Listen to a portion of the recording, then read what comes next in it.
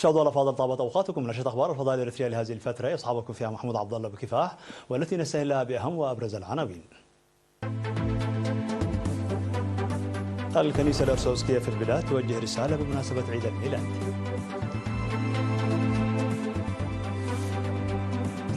تنفيذ صيانه الطرق المسفلته في الاوسط خلال عام 2023 بكلفه بلغت 35 مليون نقفه. اللجنة التنفيذية للكونفدرالية الوطنية للعمال تعقد اجتماعها السنوي. البحرية الهندية تنقذ طاقم ناقلة بعد محاولة اختطافها في بحر العرب. 4 قتلى إثر اندلاع حريق بقطار في بنغلاديش. شركة تسلا تسحب أكثر من 1,000,000 سيارة بسبب مشاكل تقنية.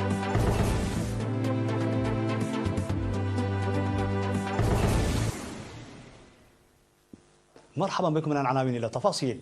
وجه نيافة الأنبا بطرس أمين كرسيل الكنيسة الأرثوذكسية الإريترية رسالة بمناسبة عيد الميلاد المجيد، وهنأ نيافة الأنبا بحلول عيد الميلاد المجيد مقدما توضيحا مفصلا حول الخلفية التاريخية للعيد. وقال في هذه المناسبة المجيدة: لتنزل علينا البركة يجب مشاركة ما لدينا مع الفقراء وتعزية الحزانة وعيادة المرضى، وأخيرا تمنى السلام للبلاد والعالم.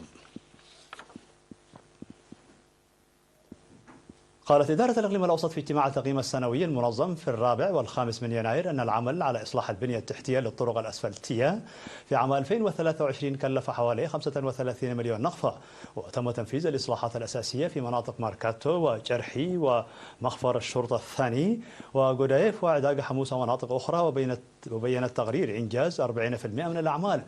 خلال العام 2023 المنصرم تم القيام بأعمال مشجعة في مراقبة مشاريع البناء وأعمال المسح والتخطيط وتعديل الحقول الزراعية ومشروع الحفاظ على تراث أسمرة والتفتيش والموافقة على المباني والبنى التحتية الجديدة والمحسنة ومراقبة كفاءة المشاريع. علاوة على ذلك فإن الخطوات المتخذة لتطوير المساحات الخضراء وزيادة دخل المرأة وإصلاح ودمج محطات معالجة المياه والكهرباء وتوسيع مراكز المعلومات وتنمية الثروة الحيوانية ومعالجة نقاط الضعف في التعليم هي خطوات تستحق الثناء، ولكن لا يزال هنالك الكثير مما يتعين القيام به. وبعد المناقشة اقترح المشاركون إيجاد حلول لمشكلة النقل في المناطق الريفية والتنفيذ الكامل والمراقبة الصارمة لبرامج الصرف الصحي البيئي التي يقودها المجتمع، وأن تعديل خطوط الصرف الصحي والمياه النظيفة من بين أمور أخرى تحتاج إلى المعالجة. وسلط التقييم الضوء على العمل المنجز في قطاعات القانون والنظام والشرطة والعلاقات العامة والتعليم والصحة والخدمات الاجتماعية والسياحية وغيرها.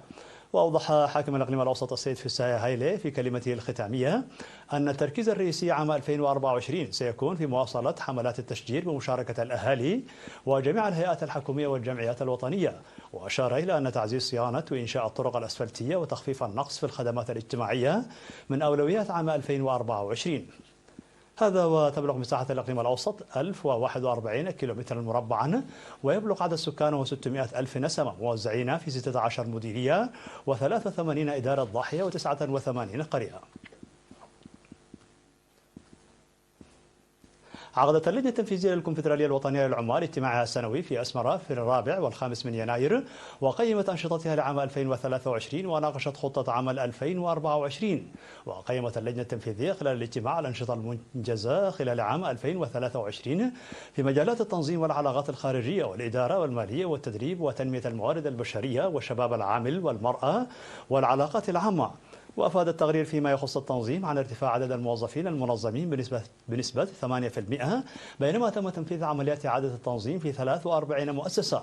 وركزت الندوات التي عقدت على المستوى الوطني في كافة المناطق على تاريخ الحركة العمالية العالمية بشكل عام وتطور العامل الإريتري الحديث ومساهمة الكونفدرالية في برامج التنمية بشكل خاص.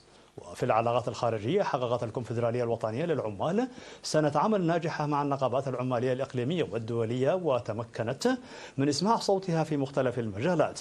وأجريت التدريبات المهنية في مركز مصوع للتدريب المهني ومركز كومبيا لتدريب المرأة ومركزي التدريب في إقليمي عنسبة والقاشبركة، والتدريب في مجال الإدارة والقيادة وتدريب كوادر الشباب العامل وعلوم المحاسبة والسكرتارية والعلوم.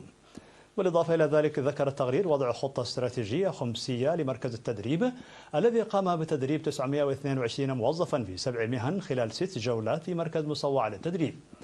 وأخيرا فإن توسيع المنظمات العمالية وتدريب قادة الجمعيات الشعبية وتعزيز لجان السلامة والصحة وتحسين وتطوير العلاقات الخارجية وبناء قدرات العمال وتنظيم الندوات وورش العمل وإنتاج المنشورات ومقاطع الفيديو التي تركز على العمل هي بعض الخطط الموضوعة بميزانياتها للعام 2024. وفي حديثه خلال اللقاء قال نائب الأمين العام للمجلس الأعلى ورئيس دائرة التنظيم للكونفدرالية الوطنية للعمال السيد كبر أبكداني أن التكامل في مكان العمل هو أحد الموارد التي يجب الحفاظ عليها والعمل عليها بجدية، وحث على تنفيذ الوقت المخطط له بشكل صحيح بهدف إنجاز البرامج المعدة للتنفيذ مع الفهم والوعي المشترك.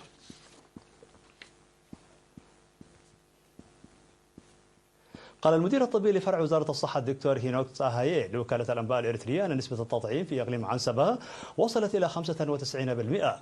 وشهد الدكتور هينوك بمشاركة الجمهور في القطاع الصحي بشكل عام ورعاية الأمومة والطفولة ومكافحة الأمراض السارية والإصحاح البيئي واستخدام الصرف الصحي وغيرها.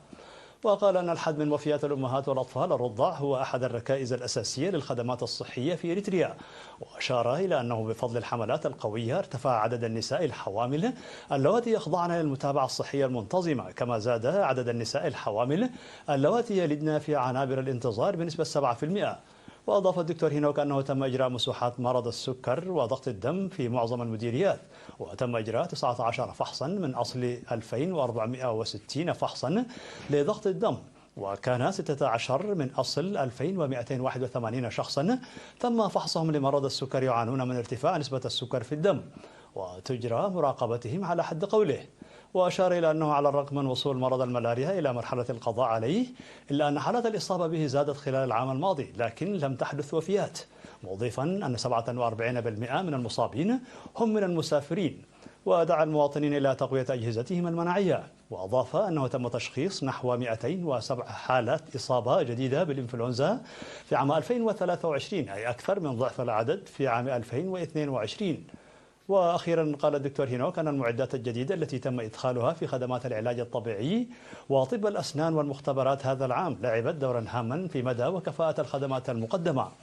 وقال أن تجديد المرافق الصحية هو أحد أجندة عام 2024.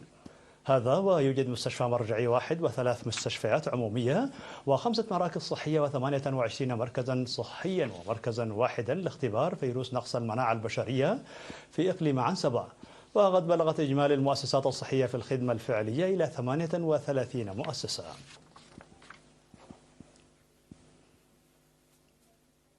استشهد عضو الهيئة الإدارية بوزارة الدفاع المناضل تسو مريم هبت مريم مالو في 5 يناير 2024 عن عمر ناهز 82 عاما جراء مرض ألم به.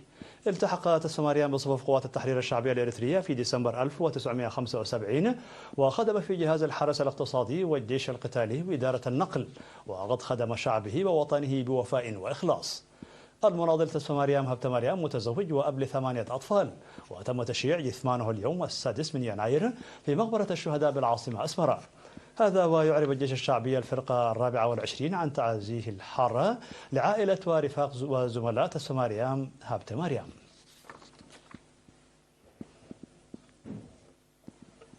مشاهدينا الأفاضل، كانت هذه الأخبار الداخلية. فاصل قصير ونوفيكم بالأخبار العالمية، فابقوا معنا.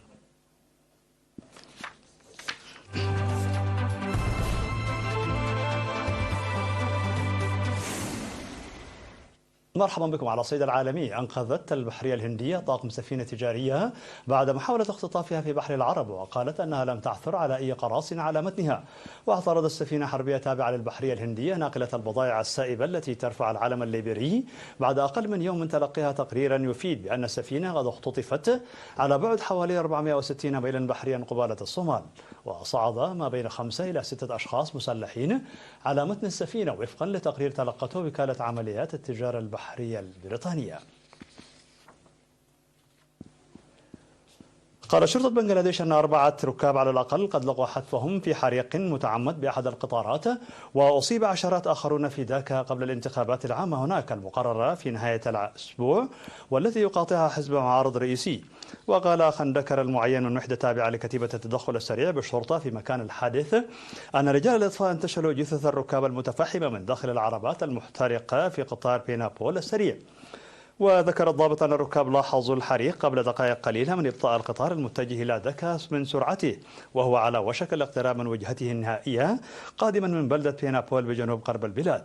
وأشار في وقت لاحق إلى أن 7 عربات إطفاء انضمت إلى جهود إخماد الحريق، واستغرقت عملية الإطفاء حوالي 2 ساعات، مضيفا أن النيران قد التهمت 4 عربات من القطار بالكامل. تستدعي شركة سيلا أكثر من 1.6 مليون سيارة كهربائية مستوردة إلى الصين بسبب مشاكل في وظائف التوجيه التلقائية المساعدة وأدوات التحكم في مزلاج الباب. وأعلنت السلطات الصينية المختصة بتنظيم السوق عن سحب المنتجات، وقالت أن الشركة في بكين وشنغهاي ستستخدم تقنية التحديث عن بعد لمعالجة المشكلات، لذلك في معظم الحالات لن يحتاج أصحاب السيارات إلى زيارة مراكز خدمة للحصول على التحديث. وتتفوق شركة BYD الصينية في مبيعاتها على شركة سيلا وغيرها من شركات صناعة السيارات، حيث تتطلع أن تصبح أكبر شركة للسيارات الكهربائية في أوروبا. في الخبر الأخير، وصل سعر أقلى سمكة تونة ذات زعانف زرقاء مبلغ 788,471 دولارا، ويبلغ وزنها 238 كيلوغراما في سوق تويوسو الياباني للأسماك. وتم اصطياد السمكة قبال ساحل أوما في محافظة أوموري شمال شرق اليابان، ويمثل سعر بيع التونة هذا العام 2024 أكثر من 3 أضعاف سعر العام الماضي. العارض الفائز هو إيكيفومي ساكاغامي، الرئيس التنفيذي لمطعم السوشي جينزا أونديرا. وبعد المزاد نقلت التونة إلى أحد مطاعمه في منطقة شيبويا، وستقدم شرائح لذيذة للزبائن في كل متاجره. يذكر أن اليابانيين من أكثر المستهلكين لأسماك التونة ذات الزعانف الزرقاء في العالم، وتسبب الصيد الجائر لهذا النوع من الأسماك في توجيه انتقادات عالمية لليابان.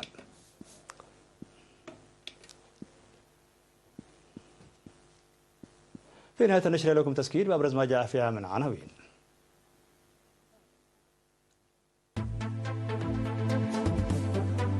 الكنيسة الأرثوذكسية توجه رسالة بمناسبة عيد الميلاد.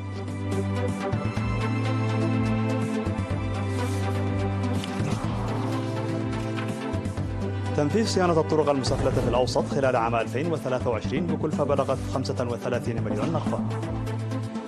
اللجنة التنفيذية للكونفدرالية الوطنية للعمال تعقد اجتماعها السنوي.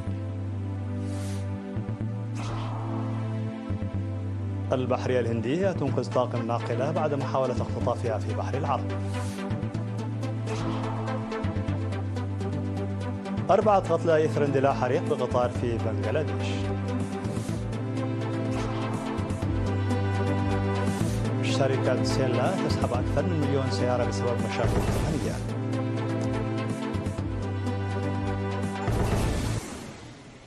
مشاهدينا الأفاضل، بهذا نكون قد وصلنا بكم إلى نهاية النشرة. شكرا على حسن المتابعة، دمتم في ألف خير.